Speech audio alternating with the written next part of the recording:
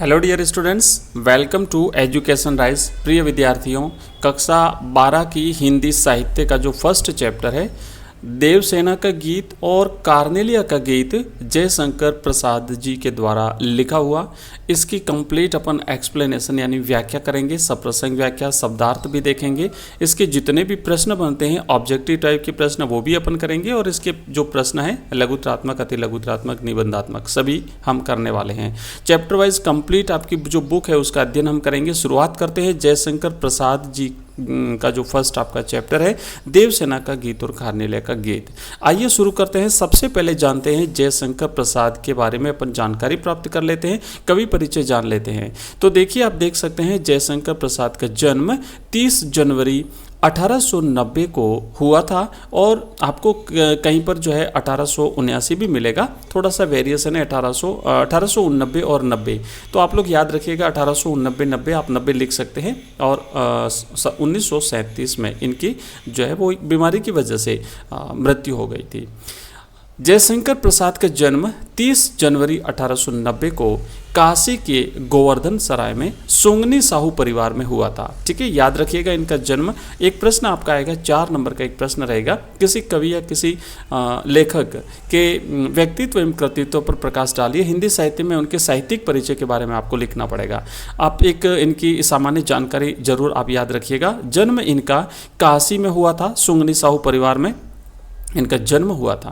प्रसाद जी की प्रारंभिक शिक्षा काशी के क्वींस कॉलेज में हुई थी। क्वींस कॉलेज याद रखिएगा, काशी में, यानी इनकी जो प्रारंभिक शिक्षा थी वो काशी में ही प्राप्त हुई करी थी इन्होंने। और जो स्कूली शिक्षा थी वो इन्होंने 8वीं कक्षा तक तो जो है वो प्राप्त करी थी। उसके बाद का जो अध्ययन था वो इन्होंने स्वाध्याय के द्वारा, यानी घर पर इनकी शिक्षा हुई थी, क्योंकि स्कूल में ये जो है वो 8वीं तक ही जा पाए थे।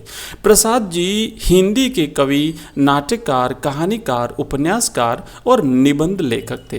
ये विभिन्न इन्होंने विधाएं जो है साहित्य की, इन विभिन्न विधाओं में इन्होंने रचना लिखी है। कवि के तौर पर तो मुख्य रूप से ये जाने जाते हैं। कामायनी इनका विशेष प्रसिद्ध एक ग्रंथ है, और इसके अलावा नाटक भी इन्होंने लिखे हैं, कहानियां भी लिखी हैं जो कि हम आगे सब जानेंगे इनके बारे में। उपन्यास लिखे हैं इन्होंने, निबंध भी लिखे हैं। इन्होंने एक बात इनकी जो विशेष ये थी कि ये एक बहुमुखी प्रतिभा के कवि थे।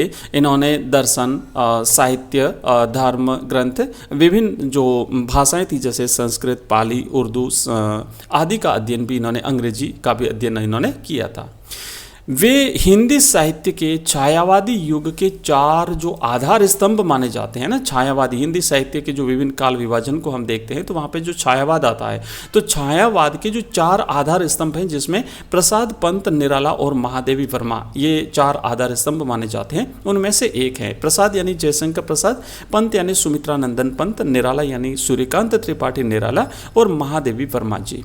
उन्होंने हिंदी काव्य में एक तरह से छायावाद की स्थापना की थी, जिसके द्वारा खड़ी बोली के काव्य में न केवल कमनीय माधुर्य की रस सिद्ध धारा प्रवाहित हुई, मतलब ये जो छायावाद की शुरुआत जब इन्होंने करी थी तो खड़ी बोली के माध्यम से इन्होंने अपने काव्य को जब लिखना शुरू किया, एक साहित्य को एक रस प्रदान किया, बल्कि जीवन के सूक्ष्म और व्यापक आयामों के चित्रण की शक्ति भी संचित हुई, और कामायनी जो कि इनका सर्वप्रसिद्ध ग्रंथ है तक पहुंचकर वह काव्य प्रेरक शक्ति काव्य के रूप में प्रतिष्ठित हो गया।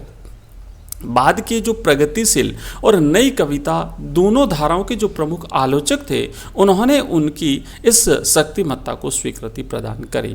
इसका एक अतिरिक्त प्रभाव यह भी हुआ कि खड़ी बोली हिंदी काव्य की निर्विवाद भाषा बन गई। ध्यान रखिएगा, खड़ी बोली को विशेष जो महत्व प्रदान किया था वो इन्होंने ही किया था। आगे बढ़ते हैं। उनकी शिक्षा का व्यापक प्रबंध घर पर ही किया गया। मैंने आपको पहले ही बताया 8वीं कक्षा तक इन्होंने स्कूल शिक्षा प्राप्त करी थी, 7वीं 8वीं तक स्कूल गए थे। उसके बाद का जो अध्ययन था वो इनका घर पर हुआ था, जहाँ पर हिंदी, संस्कृत का इन्होंने अध्ययन किया था। इसके अलावा इन्होंने पाली, उर्दू और अंग्रेजी भाषा का भी अध्ययन किया था। घर के वातावरण के कारण साहित्य और कला के प्रति उनमें प्रारंभ से ही रुचि थी। घर का माहौल इसी प्रकार का था। इनके पिता, इनके दादा जो है वो काफ़ी दानशील व्यक्ति भी रहे थे। घर का माहौल जो है वो पूरा एक तरह से धर्ममय, साहित्य के प्रति, कला के प्रति जो है वो पूर्ण रूप से समर्पित था। उन्होंने वेद, इतिहास, पुराण, दर्शन और साहित्य शास्त्र का अत्यंत गंभीर अध्ययन किया था और भारतीय संस्कृति से ये काफ़ी नज़दीकी से जुड़े रहे हैं। साथ ही साथ इन्होंने अपने साहित्य में राष्ट्र प्रेम की भावना को जगाने का प्रयास किया है और भारतीय सांस्कृतिक मूल्यों को भी ये जो है वो विशेष स्थान अपने साहित्य में देते हैं।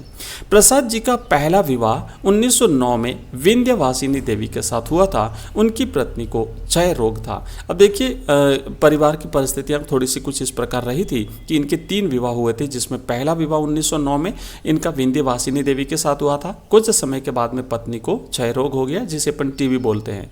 सन 1917 में सरस्वती देवी के साथ इनका दूसरा विवाह हुआ था। पहली पत्नी की मृत्यु के बाद इन्होंने दूसरा विवाह किया था सरस्वती देवी के साथ। और दुर्भाग्य से चूंकि पहली पत्नी की जिनको क्षय रोग था और उनके कपड़े जो घर में रखे हुए थे वो दूसरी पत्नी ने भी पहन लिए थे, तो उस वजह से दूसरी पत्नी को भी वही रोग हो गया था। और 2 साल के बाद में, है ना, यहाँ पे आप देखेंगे कुछ समय के बाद उन्हें भी क्षय रोग हो गया था। और 2 वर्ष बाद 1919 में उनका भी जो है वो प्रसूतावस्था में क्षय रोग से देहांत हो गया।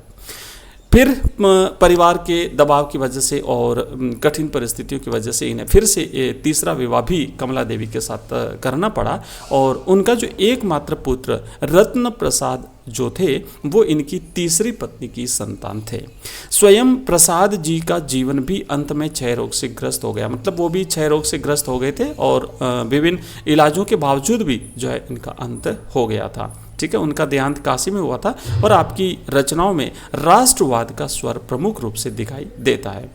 अब अपन इनकी रचनाओं की बात करेंगे तो इनकी सर्वप्रसिद्ध रचना इस प्रकार है। जैसे कि सबसे पहले अपन नाटकों की बात करते हैं तो इन्होंने जो नाटक लिखे उसमें चंद्रगुप्त, स्कंदगुप्त, राजश्री, अजातशत्रु, ध्रुव स्वामिनी, जन्मेजय का नागयज्ञ और विशाख, ये इनके प्रसिद्ध जो है वो नाटक हैं। और मैं आपको बता दूं कि अपन जो यहाँ पे पढ़ेंगे इस जो आपका देवसेना का गीत और कार्नेले का जो गीत है वो इनके स्कंदगुप्त और चंद्रगुप्त नाटकों से ही लिया गया है। देवसेना का गीत स्कंदगुप्त नाटक से लिया है और कार्नेलिया का गीत इनके चंद्रगुप्त नाटक से लिया गया है। ये जितने भी जो नाम हैं इनके नाटकों के, ये पौराणिक जो पात्र रहे हैं, भारत के ऐतिहासिक जो पात्र, उनके नामों पर इन्होंने जो वो ग्रंथ लिखा। इसीलिए यहाँ पे आप देख सकते हैं कि इनकी रचनाओं में भारतीय सांस्कृतिक एक प्रकार से मूल्यों को जो है वो दिखाया जाता है। इन्होंने जो उपन्यास लिखे हैं उनमें 3 उपन्यास हैं। एक है कंकाल, दूसरा है तीतली और तीसरा है इरावती। और ये जो इरावती उपन्यास है ये इनका अपूर्ण है, मतलब पूरा नहीं हो पाया था। इनकी कुछ काव्य कृतियाँ हैं जिसमें आंसू, झरना, लहर और कामायनी, आप याद रखिएगा, आंसू, झरना, लहर और कामायनी, ये इनकी काव्य कृतियाँ हैं। इन्होंने कहानियाँ भी लिखी। पहले ही हमने देखा कि चूँकि ये बहुमुखी प्रतिभा के धनी रहे हैं तो इन्होंने नाटक, उपन्यास, कहानियाँ, काव्य, निबंध सब कुछ लिखा है। कहानियों की बात करते हैं तो इन्होंने कहानियों में आंधी, इंद्रजाल, छाया, प्रतिध्वनि और आकाशदीप, ये इनकी कहानियाँ हैं। और निबंध संग्रह में काव्य और कला तथा अन्य निबंध, ये इनके निबंध संग्रह हैं। तो प्रिय विद्यार्थियों, ये फर्स्ट चैप्टर जो हमारा हिंदी साहित्य का है जयशंकर प्रसाद जी का, तो इसमें हमने जयशंकर प्रसाद के बारे में जानकारी प्राप्त की है। जल्दी आपको नेक्स्ट दूसरा वीडियो मिलेगा। उस दूसरे वीडियो में हम पढ़ेंगे देवसेना का गीत और तीसरे वीडियो में हम पढ़ेंगे कार्नेला का गीत। नेक्स्ट वीडियो में हम इसके करेंगे प्रश्न उत्तर, उससे नेक्स्ट वीडियो में हम इसके करेंगे एमसीक्यूज। मैं आपको बता दूं कि आप अगर हिंदी साहित्य आपका सब्जेक्ट है, कंप्लीट जो सिलेबस है आपका लेटेस्ट पैटर्न के अकॉर्डिंग अगर आप प्राप्त करना चाहते हैं तो आप हमारा ऐप डाउनलोड करिए। एजुकेशन राइज नाम से हमारा ऐप है जो प्ले स्टोर पर आपको मिल जाएगा। उस ऐप में आपको हिंदी साहित्य, Hindi compulsory, English compulsory, history, political science, geography, class 12th के सारे सब्जेक्ट जो है वो आपको कम्प्लीटली उसमें मिल जाएंगे। बिल्कुल मिनिमम चार्ज पर ओनली 99 रुपीज़ में हम कंप्लीट कोर्स आपको अवेलेबल करवा रहे हैं। तो एक बार जरूर विजिट करिए आप हमारे ऐप को। लिंक इस वीडियो के डिस्क्रिप्शन में दिया हुआ, उस पर क्लिक करके भी आप सीधे ऐप में जा सकते हैं। इसके अलावा आप हमारा टेलीग्राम चैनल ज्वाइन कर सकते हैं, उसका लिंक भी इस वीडियो के डिस्क्रिप्शन में है। हमारा व्हाट्सएप ग्रुप है, उसका लिंक भी आपको इसी ग्रुप में इस वीडियो के डिस्क्रिप्शन में आपको मिल जाएगा। मिलते हैं नेक्स्ट वीडियो में जल्दी, तब तक के लिए बाय, धन्यवाद। लेकिन अगर आप नए हैं, आपको वीडियो पसंद आए तो चैनल को सब्सक्राइब करना बिल्कुल भी मत भूलिए और वीडियो को अपने मित्रों के साथ शेयर जरूर कर दीजिए, लाइक भी कर दीजिए। थैंक यू, धन्यवाद, बाय।